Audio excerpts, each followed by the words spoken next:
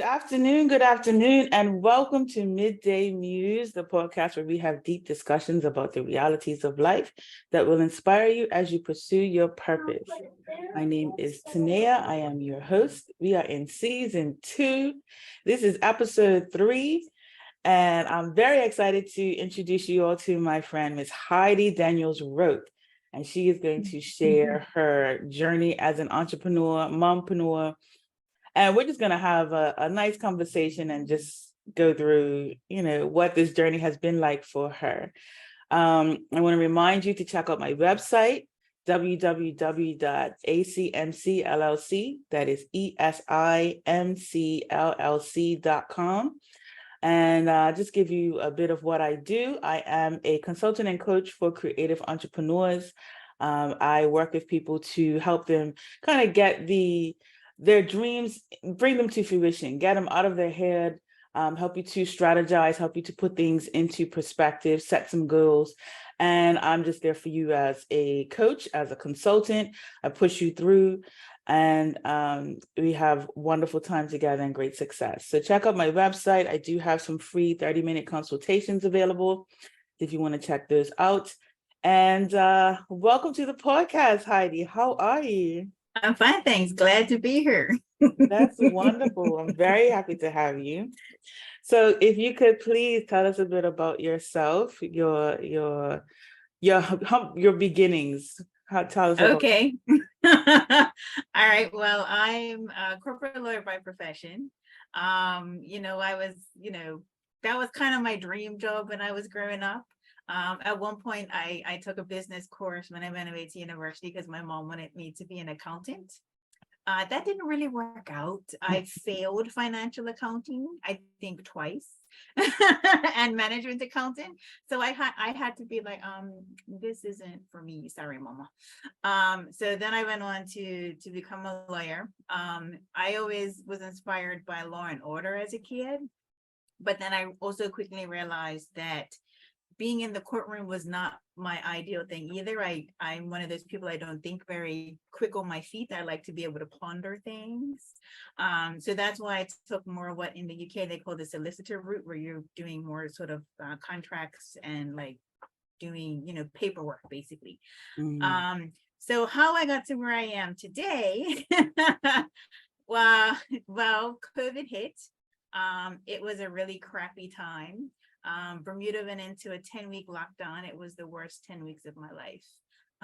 Trying to work full time, trying to homeschool my daughter, and her and I just we were like this pretty much the whole time. Yeah, the kids to her schoolwork. And it wasn't fun times. She's gonna come say hi, I think. I don't know if they can. Yeah, there you go. Hi.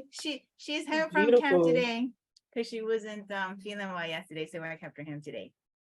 But so a couple of weeks after that, the law firm that I was working for, they actually sent out an email to say, oh, because of COVID, we might have to let people go or reduce people's salaries. And I'm like, oh crap, like what am I gonna do if that happens to me? So luckily, a cousin of mine, she called me and she's like, oh, Heidi, I have this thing. She was very kind of wishy-washy. And I'm like, I don't know what you're talking about. Leave me alone. And yes, 1 second. Okay, very nice. Yes, I'm on a call. Mom life, right? Yeah. I had to threaten my children not to come in. So I know I might have to do that too. Leave me alone.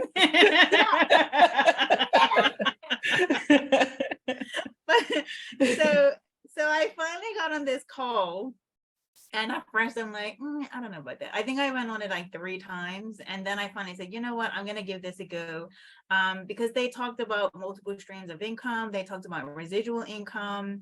They talked about the fact that your salary isn't, or the money that you make isn't based off of what somebody else tells you that you're worth.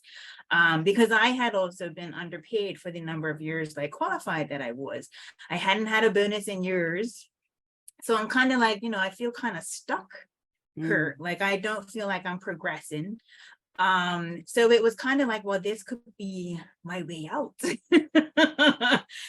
had never heard of residual income. You know, they talked about how we have residual bills that come in every month, but regardless of whether you want them to come. And then they talked about residual income, where you could create the same thing, where you can basically be making money in your sleep. And I'm like, this sounds awesome. So then I'm like, okay, sign me up. I'm gonna give this a go. And at first, I was really skeptical about it because it's direct sales, and I didn't know. I had heard of Tupperware, but I didn't understand like the concept of it. So I took like a month before I really did anything. Once I listened to the compensation plan, I'm like, yes, I am all in. So I started spamming people, emailing people, calling people. And it wasn't really working. A lot of people here in Bermuda had already approached a lot of the people that I was talking to. And I said, well, you know what?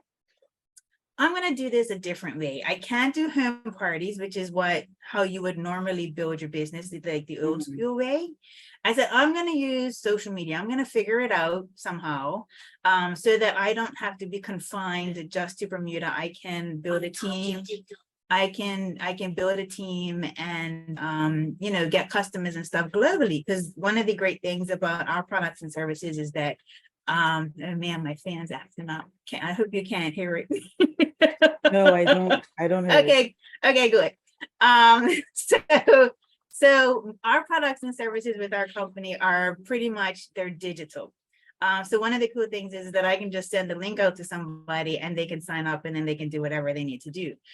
They did have some physical products, but they're discontinuing them right now, which is sort of kind of nice, because the other thing that people don't like about direct sales is when you're buying product to get your volume and then you have to try and get rid of it, and it ends up getting like stuck in your garage. So I did do a little bit of that, I'm going to be honest. So now I'm like, nope, I'm doing all digital service. Sorry, I'm going to help you to save on your travel, and I'm going to help you to make some extra money. And it's all just going to be, here's a link, sign up. But yeah, so it's been really exciting. Learning how to use social media has been different. It's been exciting. It's much more fun. My daughter introduced me to TikTok. She reminded me about that a few minutes ago. I think it was, what's this, 2023? I think it was 2021 or maybe before that. She was like, oh, mama, watch this stuff. And she watches a lot of YouTube of people repurpose from TikTok. And I'm like, I don't know what this is. Like, I'm not, no. And then a business coach that I watched was saying that she can use it for business. And I'm like, oh, that's different.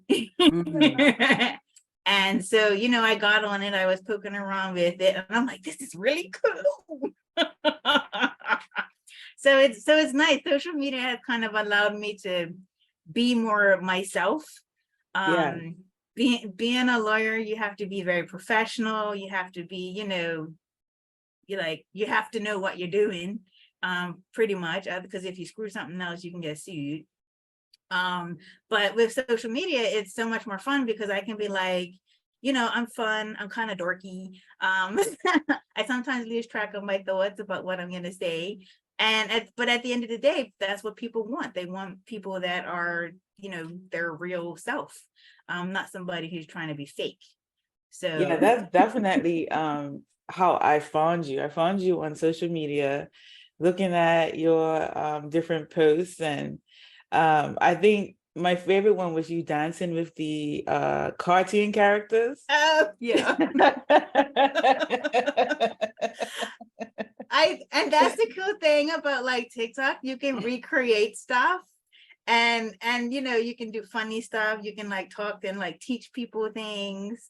And I like to dance. I love to dance. I used to dance as a kid, so I used to do like ballet, jazz. I had started doing tap at one point, but I thought it was boring, so I quit. But yeah, it's really cool. Yeah, I use soca as your music for my story because I know that you love soca, so I had to use that. And Sean Paul is like one of my favorite. I got to see him in concert a few years ago. It was really exciting in London. I don't think I've ever seen him perform, Sean Paul. Yeah. No, I haven't. You're So my angel. You're my darling.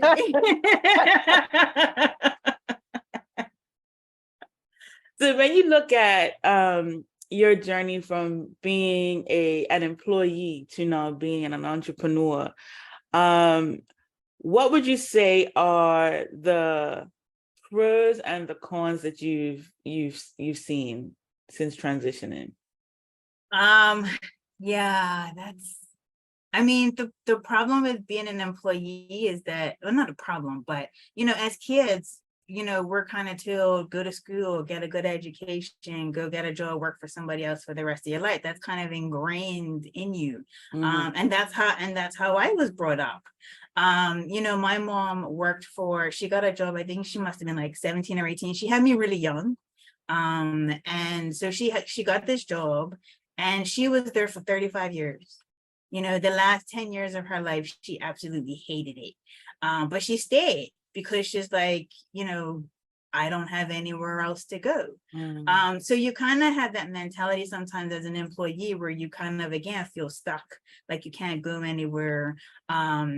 But again, it's ingrained in us that that's what we're supposed to do. Go find somewhere to work and work for the rest of your life, potentially at that same place, and hope at 65 you can retire with enough money to actually be able to live your life. Whereas and plus also as an employee, you're told what to do. Yeah. Right. And you're told you have to be here between 9 to 5. You're told you have to take your lunch between like 12 and 1 or 12 and 2. As an employee, you ain't told crap. you gotta figure it out on your own. You have to learn to be more disciplined in terms of what you're doing with your time. And that's, to be honest, one of the things I still kind of struggle with a little bit. Because I work from home, a lot of my family think I'm not working. I'm just kind of sitting around, having fun on social media.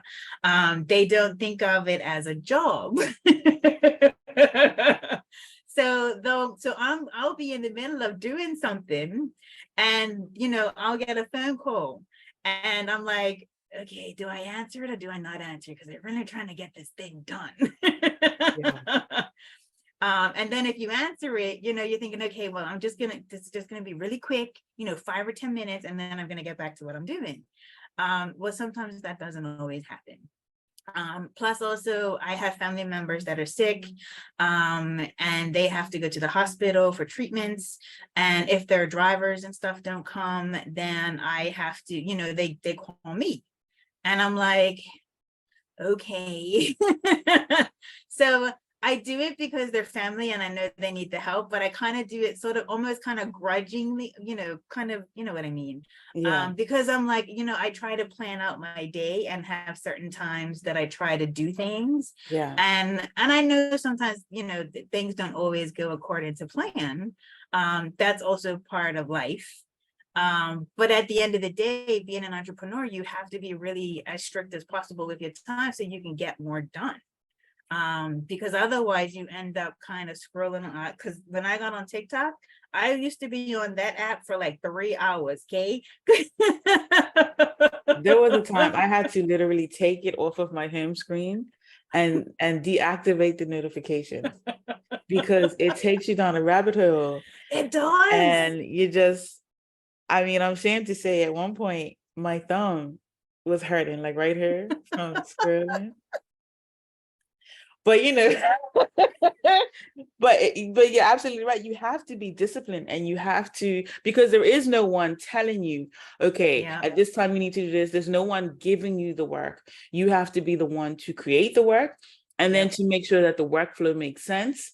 And then to make sure that you're accomplishing the goals that you set out. And then making sure that even the goals that you set out make sense towards the ultimate target. Yeah. So you also have to make sure you're setting deadlines for yourself, because working for somebody else, they say this needs to be done by such and such a date. Being an entrepreneur, you don't necessarily have like a specific deadline you have to get things done by unless you set them yourself. Right. Wow. So is there anything surprising that you learned about yourself while on this journey? I have learned that I'm the type of person that needs to have quiet when I'm working. Mm-hmm. At the law firm I was working at, I had my own office. And then I had a job briefly, a little bit after that, and it was open floor plan. So there was always somebody else around. And whenever they were on the call, even though they had headphones in, I could still hear their half of the conversation. And it was very distracting when I was trying to sit there and do my work. So I've realized since being I actually really like being at home. I don't miss having to get up early and I get my daughter ready for school, but if I want to, I can go back to bed for an extra half an hour, which is really nice.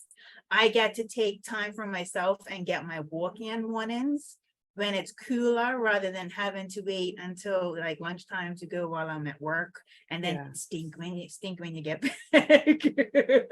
Or wait until like 5, 6, 7 o'clock when you come home and it's still super hot. And So I you like the also fact tired. that, well, yeah. And I like the fact that if I'm tired, I can take a nap, like a 15-20 minute power nap. I never realized how much I liked sleeping until I started working from home. But I think that was partly because at one point I was super excited. I was staying up till like 2-3 o'clock in the morning. Sometimes that still happens when I get like this inspiration and you're just like, I have to get this done, because if you don't, I'm gonna forget about it, and then it just, you can never get it back. Yeah. But now I have to say, I be disciplined enough to be like, okay, midnight, that's my bedtime. Like you would think as a kid you hate having a bedtime, and then when you get older you're like, I don't have to do it. And yeah, actually, as an entrepreneur, when you have things to do, it's probably a good idea to have bedtime. Yeah, sleep is definitely something that I struggle with. I would be up 2-3 o'clock, just trying to settle my mind and getting little Yeah, things done. But then I still have to be up. There's no one to take the shift in the morning, so I yeah, yeah, still have to get yeah. up. And do you So find that what's really annoying is when you're ready to go to bed and you're laying down, that's when all your like creative juices started flowing. yes, And then you're kind of like, do I get up and write them down? Or do I just go sleep and take the risk that I'm gonna forget about it? yeah. Which is annoying, because you're like, why can't this happen during the day? It is very annoying, but it doesn't happen during the day because there's so many other things going on. True. So your mind is just not focused on being creative at that time, because you're Yeah. in the middle of being mom, in the middle of being any other hat that you have, and so it's not until you Well, really get to sit down. my family have a shop in St. David's that we run. So I bake for that, and then I do, bits and pieces for that as well. So if you haven't figured it out, I'm into a lot of different things. But that's what an entrepreneur does too, right? We tend Yeah, to swirl, and we tend to be more open to things, where we kind of get into different stuff to try them out. And if they don't work out, then fine.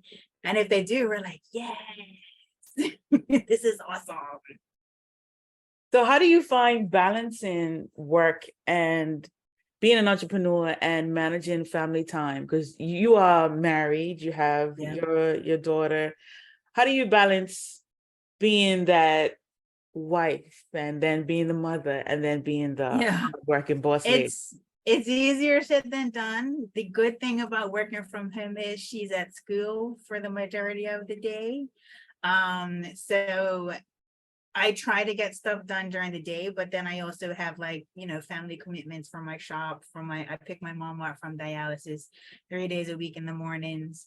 If my aunt calls me unexpected to take her to dialysis or pick her up. So I try to get as much done as I can during the day. And then once my daughter gets home, work kind of pretty much gets put aside. I have been trying to train her, because a lot of my meetings start around 9 o'clock at night. And I'm like, you need to be in bed by 9 o'clock. Yeah. It doesn't always happen. But for the most part, that's kind of her bedtime, 9:30. And then after that, I'll get on my computer and I do stuff. So, and then, if there's things going on, events that I would like to take her to, I block out that time. So I say, so the last day of school, they were having the first Harbor Night, where the kids were out of school and she wanted to go. And I'm like, I avoid town like the plague now. If I don't have to go town, I don't want to go. But she's like, oh, mommy, they're giving away free stuff and they're doing like that. And I'm like, okay. So, so I said, okay, fine. I'm going to block out, from say 5:30, 6 o'clock until about 9 o'clock when we get home, because then you have to, get ready for bed. And then, so I try to be fairly strict with when I'm doing like family time. So, if I'm with my family, I want to be with my family. That was one of the issues I had when I first started and COVID finished and we were able to get out and about when the lockdown finished, because I was so excited at that point about the potential that every time I was out with somebody, I'm like, who can I like ask and talk to about my business? Like, who can I ask if they want to join me as a customer or a business partner? And I was completely ignoring my family. And my husband's like, look, there was one time we were on a boat trip. So my parents have a boat. My husband had invited some of his friends out on the boat. And at one point I was like, and they speak a different language. They do speak English. But I said to my husband, I said, ask your friends if they would be interested. He's like, no. He's like, I'm not doing Party done.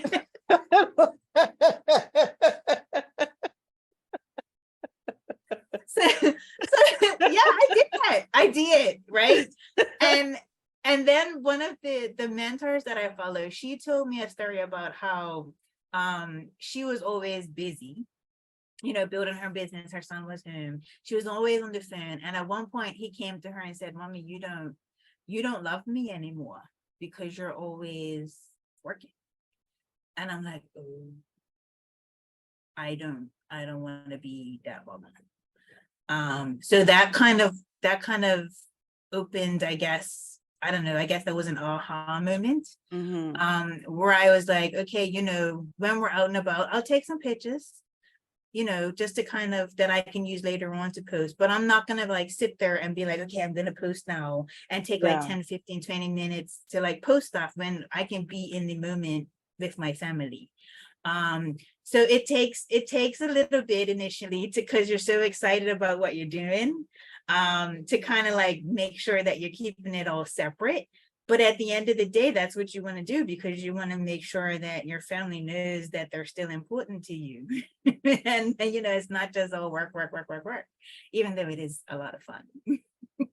Yeah, that's the truth. I mean, balancing between just working, and then my work looks different now than when I was in the corporate world, of course, because I was going and sitting at a desk. But now being at home, sitting in front of my computer, I can't have it quiet when I work. I think about too many things at one time. And so I have to have either music or the TV, something. To me, it's like a barrier. When my brain starts to go off, it kind of hits the sound of the TV, or it hits the sound of the podcast. It's like, oh, right. No.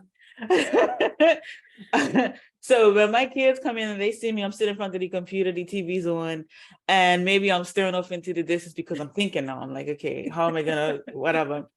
They're looking at me like, what are you doing exactly? But then when we go to dinner or when they get to get a toy, and I'm like, that, you remember when I was just sitting down staring at that? Yeah. There you go. This is the result. Yeah. So it looks I was working.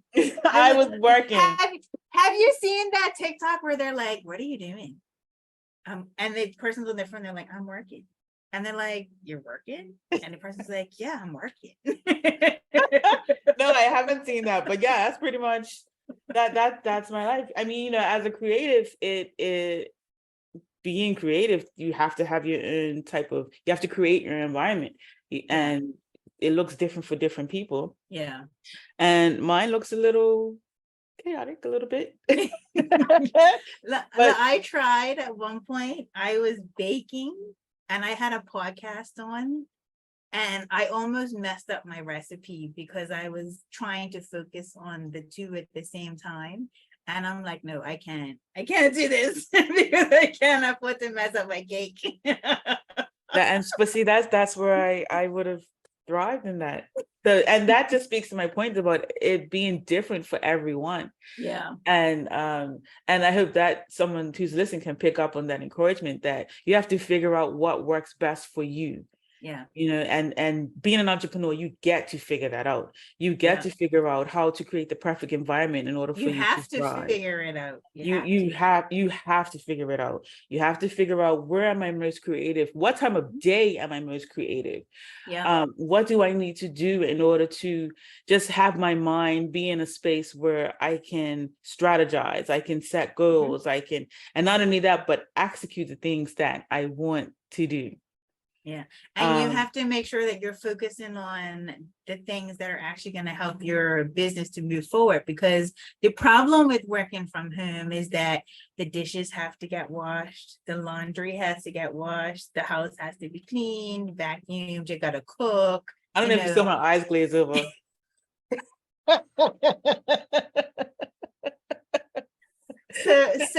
So if there's something that you have to do to move your business forward, and you're like, I really like this sucks, I don't want to do it, so you'll go wash the dishes, or you'll go like do something else, man. There's something that, I've heard about something, I think there's a book, I'm not sure, but something called Eat the Frog, where basically you do the things that you don't want to do first, to kind of get it over and done with. And then you can focus on the things that you actually do like doing that are more fun. Well, I tell you, washing the dishes and folding clothes is not more fun for me.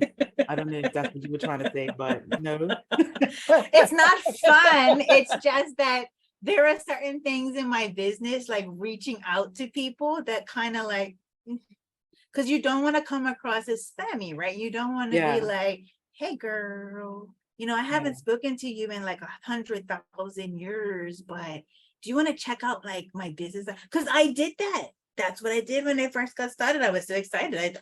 I was what they would call ignorance on fire, because I didn't know what the hell I was doing. And that's when I'm like, this ain't working. I'm gotta figure out something better. We do tend to procrastinate and figure out ways to do anything but what we really need to do. You're absolutely correct. And just having that self-discipline to do what it is that is necessary and not what is pleasurable. And hopefully those two can be one. What is necessary is also pleasurable, but that's not always the case. And the good thing is that hopefully, we work hard initially when we first get started. We have to sacrifice a lot of time. So like last weekend, I was doing a 3-day workshop to learn about artificial intelligence and how I can use it to help build my business. But it was like 3 pretty much full-on days. So, I have to tell my family, look, guys, I know it's like, 6-7 hours a day for these next 3 days. But I really need you to kind of leave me alone so that I can focus on this, because eventually, when we have the level of success in business that we want, we can sort of potentially, back off a little bit. We can hire virtual assistants to help us to do certain tasks that we may not like doing, or that are like time consuming, that you can basically teach somebody else to do, but you need the money to be able to do that. Yeah. So you put in the hours and you sacrifice a little bit up front. I think I posted something the other day where it was like, entrepreneurs do a lot of sort of sacrificing up front so that we do the things that people won't, so that in future we can do the things that people can't. Yes, I saw that post. And it's very true. It's very true. What are some of the things that you are looking to do in, say, the next 12 months? Oh, geez, lots of things. I have certain goals financially that I would like to meet. I'm learning a new skill at the moment that will hopefully help me to meet that. So what I'm trying to do is create multiple streams of income. So I've got certain investments that I'm hoping will kick in over the next year or two. Ideally, I'm trying to, earn income from my online businesses so that I can invest in those other investments. Because the more money you put in with the compound interest, it builds up faster, right? My goal at the ultimately is to retire by 50. So I have 7 years to reach that goal. But in the meantime, I want to learn this new platform. I've been calling it my profit snatching system. That's what our company sort of kind of tagged it ish at our event in Atlanta when we met up. So I kind of steal it, and I've been calling it that now instead of what it really is, to create curiosity. But so I want to learn to do that because that can help me to earn a stream of income. I'm earning income from my family shop, here and there, bits and pieces. But the goal is at the end of the day to be able to build a team, have a good customer base, and then I've got a certain level of residual income coming in. Because as an entrepreneur, you don't necessarily have that constant income, right? You've disappeared. I don't know where you went. Oh, what you doing? So everybody knows I am officially Zoomed this meeting. So what was I saying? Right, exactly. Just old thighs. I think everybody's fine. I forget what I was saying. You said, hold on, let me. See, I lose track of my thoughts all the time because you're always thinking about other things that are going on. There we go, like thighs.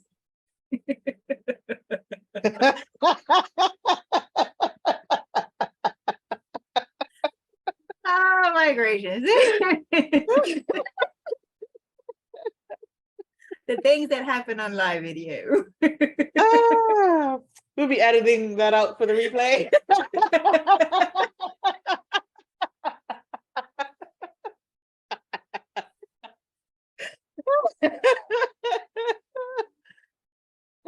Or maybe not, because I don't care. That's another thing about being an entrepreneur. You have to stop worrying about what other people think about you. And this is it. And to be honest, that's COVID. That whole COVID period is what really kind of switched my mindset from being so frazzled about, okay, so what are you gonna think? How do I, to this is really all about the people that are in my bubble.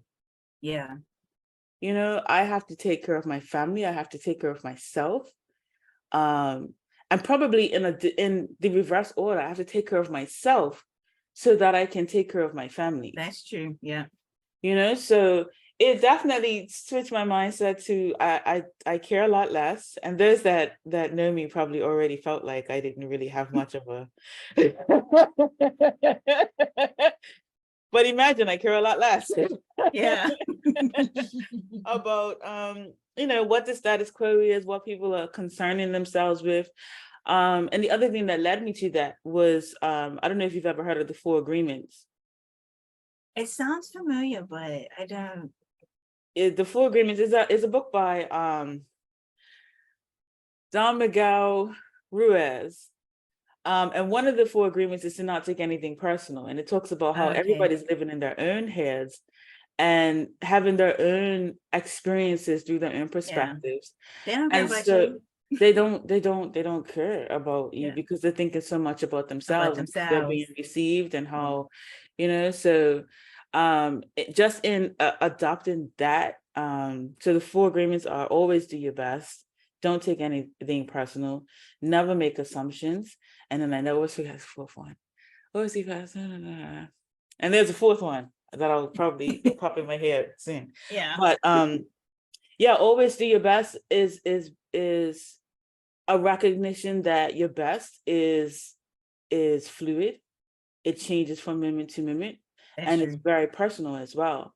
No one can tell you what your best is. You have to really search within yourself. If you know that you can push a little bit further, then you Yeah. have to push. You're not doing your best. But if you can really say, okay, this is all I got, even if it looks like nothing to somebody else, if you know within yourself, this is all I'm got, I'm giving it everything that I have, then you're doing your best. Yeah, then you just Yeah. have to leave the rest up to God. And then of course never take anything personal, and never make assumptions. Don't be afraid to ask, okay, what did you mean by that? Because Yeah. again, people are living in their own mind. So the thing you thought they meant might not be what they actually meant. Yeah, that's true. So- How you interpret things. Yeah. Oh, and the other So, one is be impeccable with your word. oh, okay. Be You'll have to impeccable. explain that one a bit more. Be impeccable with your words speaks to you speaking life as opposed to speaking death over people. Okay. So be It, positive about things be rather be than like, positive. Not only positive, because sometimes things aren't positive. Sometimes like you have to tell somebody the truth and they're not gonna like it. yeah, But you don't need to be destructive with your truth. yeah. You can express yourself without. No, not right now. I love the random arm coming. Is that her arm?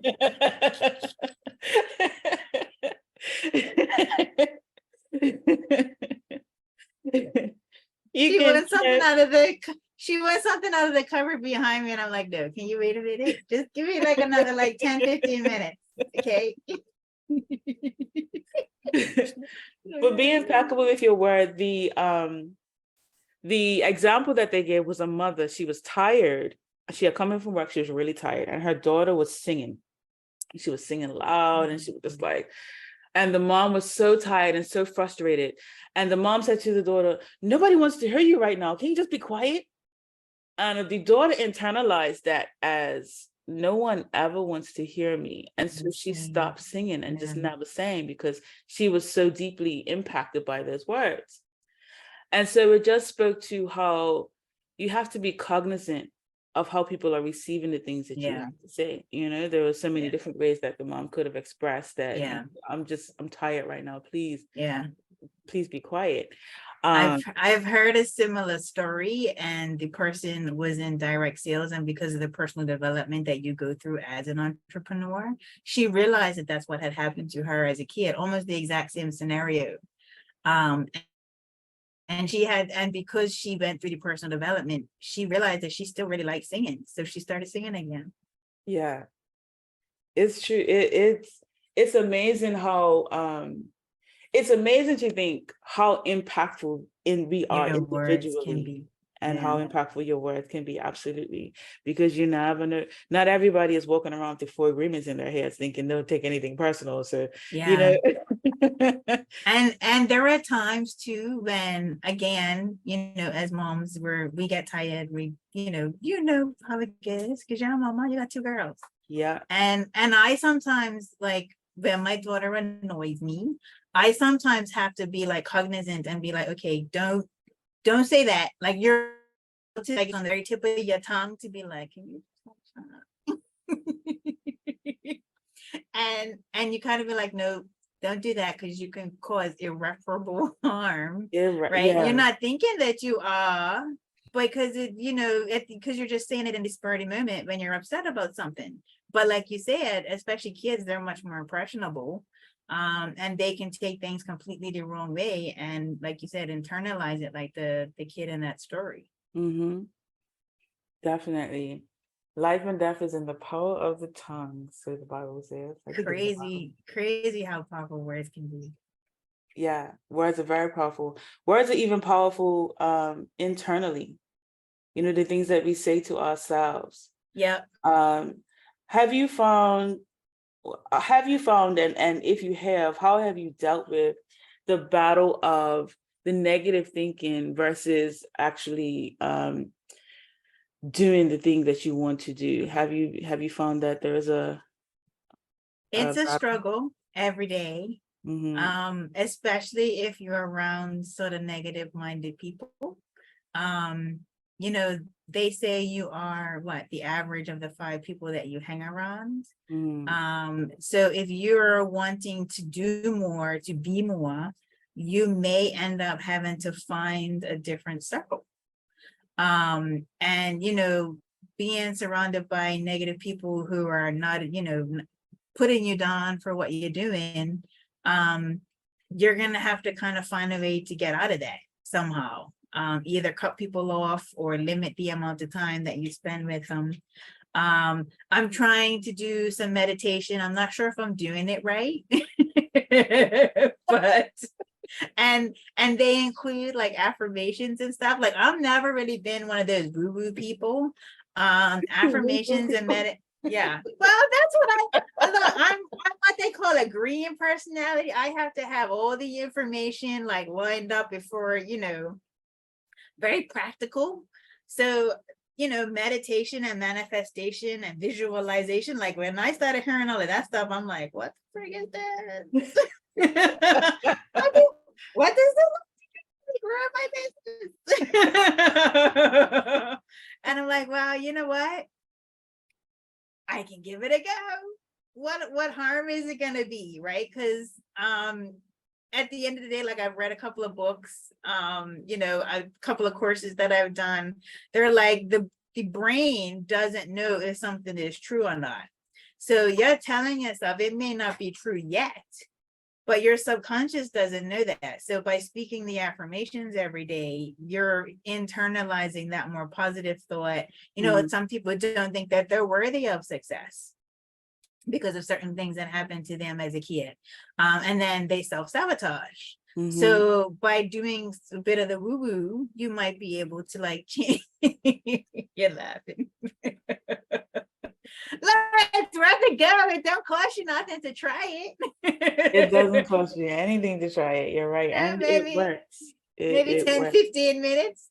So I said, so what I do is now I have this one particular podcast. It's a wealth and like abundance sort of affirmation thing that I try to listen to every morning. So so now what I do is I used to get up and I used to go on my phone and I used to do, you know, my daughter's lunch and get her ready for school and stuff. Now what I try to do is get up and I go do like 10 minutes of meditation. Again, I don't know if I'm doing it right, but at the end of the day, it gives me 10 minutes of peace before I actually have to start my day. And you know, what's it gonna hurt? Yeah. I don't think there's a way to do it wrong as long as you are feeling grounded at the end of the day. You do feel like, okay, I can do do this. it. Yeah. I don't think there's a right or wrong way to do it. Bring it on. Exactly. And I think the misconception was for me and anyway is that if I'm thinking about other things that I'm not meditating properly. Yes. Like my mind has to be completely clear and just that's what I thought too. But no. No, meditation is just about being able to focus on, even if there are other things, like how we have peripheral vision. You can still see what's in front of you, but of course you can see what's to the side of you as well. Yeah, but you can still focus on what's in front of you. So I think meditation is more that it's allowing you to focus even while having those peripheral thoughts. You still are able to focus on one thing. Like if you can focus on your breathing, you can feel what it feels like to breathe in and out, even though you're already thinking about, okay, what am I going to do next week? But it's not overwhelming you. It's not overtaking you because you can still what I got to do when I finish this. What am I going to do when I finish this? Exactly. I got to put the coffee on. I need to have coffee. What's the next thing on my to-do list today? Exactly. But just still being, even if you have those peripherals, still being able to focus on what's in front of you is meditation. So I don't think there's any wrong way to do it. Good at all. Speaking from a woo-woo person. It's kind of it's like during this conversation, like I'm realizing how different we are.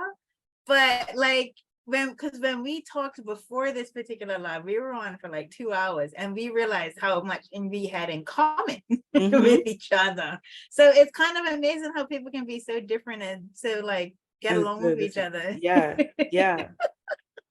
Yeah. I mean, and that goes to show that everybody has their place. You know, you don't Yeah, have to compete with anybody. You don't have to try to be like anybody. Just be yourself yeah, and you will yeah. find your tribe. Yes, yes. And What is it? Collaboration is the new competition. You actually get ahead by collaborating with people, and not yes, like there is enough for everybody in the world. You don't have to compete with other people. absolutely. Absolutely. You do not have to So compete. You just be your 100% true self yeah, and you'll find synergy and connection. yeah. So, and I'm gonna be honest, like COVID was really shitty. But Needed the it.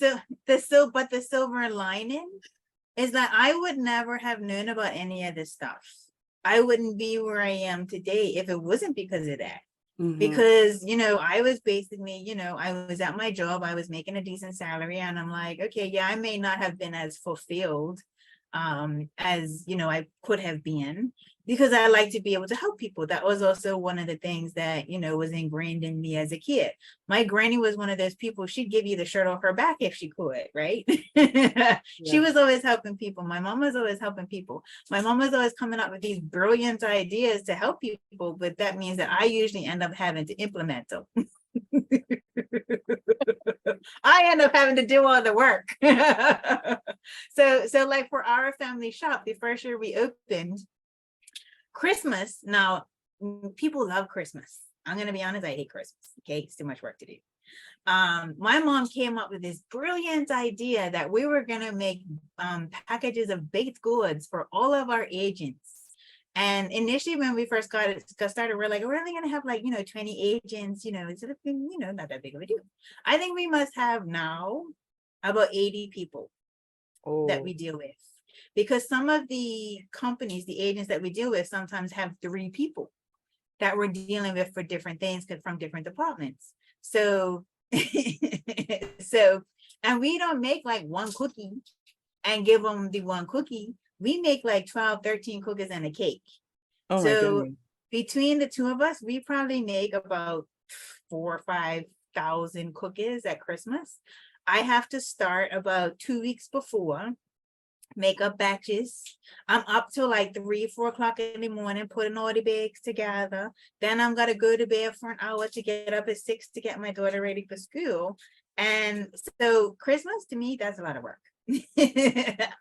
But that was one of my mama's brilliant ideas. And I mean, yes, I know people appreciate it. Like we had one guy, the first year we gave him this big good package. He cried. Oh, He said wow. he's been, doing this type of work for, I think it was like 30 years. And he said he'd never gotten anything like this before. And that did make me feel better about the late nights. but so I know that I like helping people, but sometimes it's just a bit much. There's Chris. My mama has very high expectations.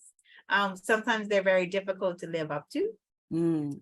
And that's the other part about being an entrepreneur, because at some point you kind of have to be like, look, I'm sorry, but that's just not my jam. This is what I want to do. And okay, yeah, it's not the way that you do it. I do it different. And you're gonna have to deal with it, because at the end of the day, it still gets done. Right? So That's the what was most the important tipping point thing. for you? What was the tipping point for you, or what was the scenario, if there was any one specific thing or a series of things that transitioned you from wanting to meet those expectations and wanting to meet maybe not even just your mom's, but your bosses or other people's, or even your maybe expectations that you have put on yourself that you realize aren't realistic? What was that tipping point that made you transition from, you know what? No. Yeah. Well, shortly after getting into my direct sales company, we have like weekly calls with the company and they do trainings. And there was this one particular call on a Saturday morning. I don't remember who the guy was. But one of the things that he talked about was, when something happens, if it's not to your benefit, don't take it on. Mm. So now I'm like, if this isn't serving me in any way, I'm not taking it on. Mhm. That doesn't always go over well with people. Because, they have expectations of you. And at the end of the day, it's like, well, okay, yes, you want me to do this, but I have to do this right now. Yes, you need me to, do it this way, but I don't, to me, that's not the way that I need to do it, or the way my brain thinks in order to be able to do it. So it's kind of just a matter, I guess, of like getting to the point where you realize you can't meet everybody's expectations of you.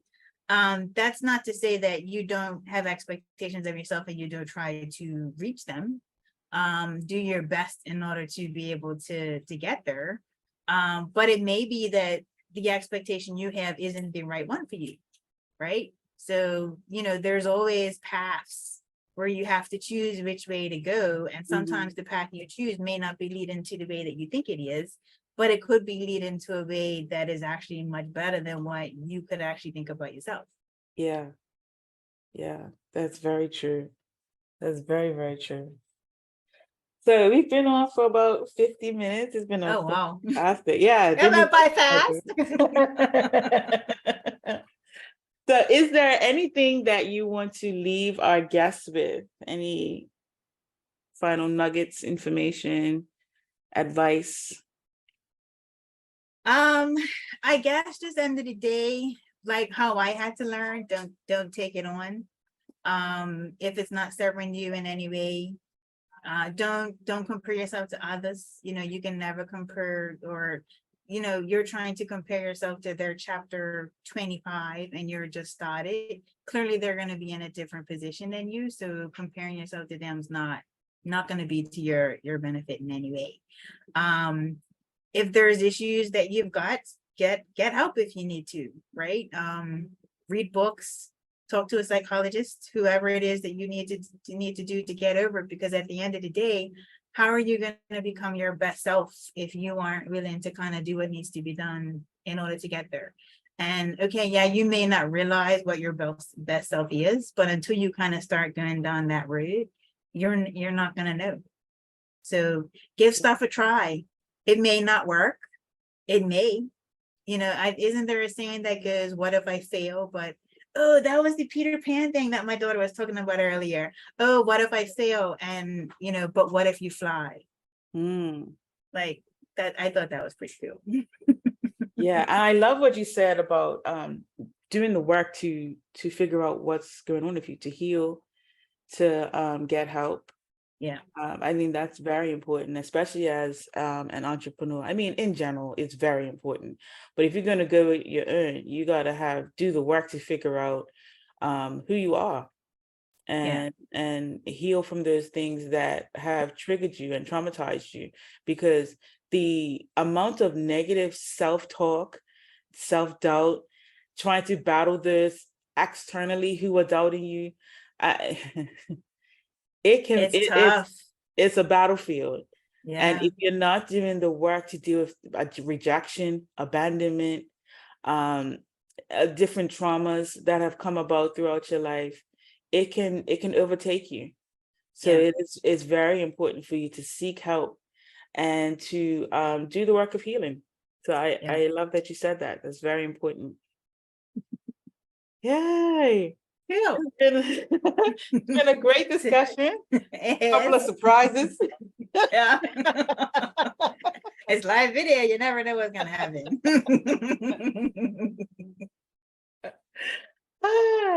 And thank you so much for joining this podcast, season 2, episode 3, with Heidi Daniels-Roque. Thank you so much. I really enjoyed our conversation.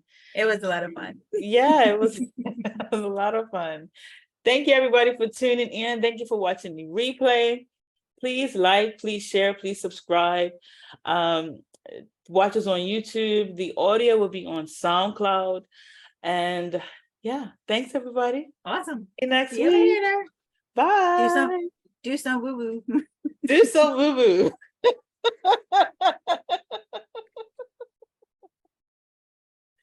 That's hilarious. It's so funny. I'm gonna just keep talking because here it is. I never know how to end these things. And I'm always fumbling about like, oh my God, where do I But I'm ending it now.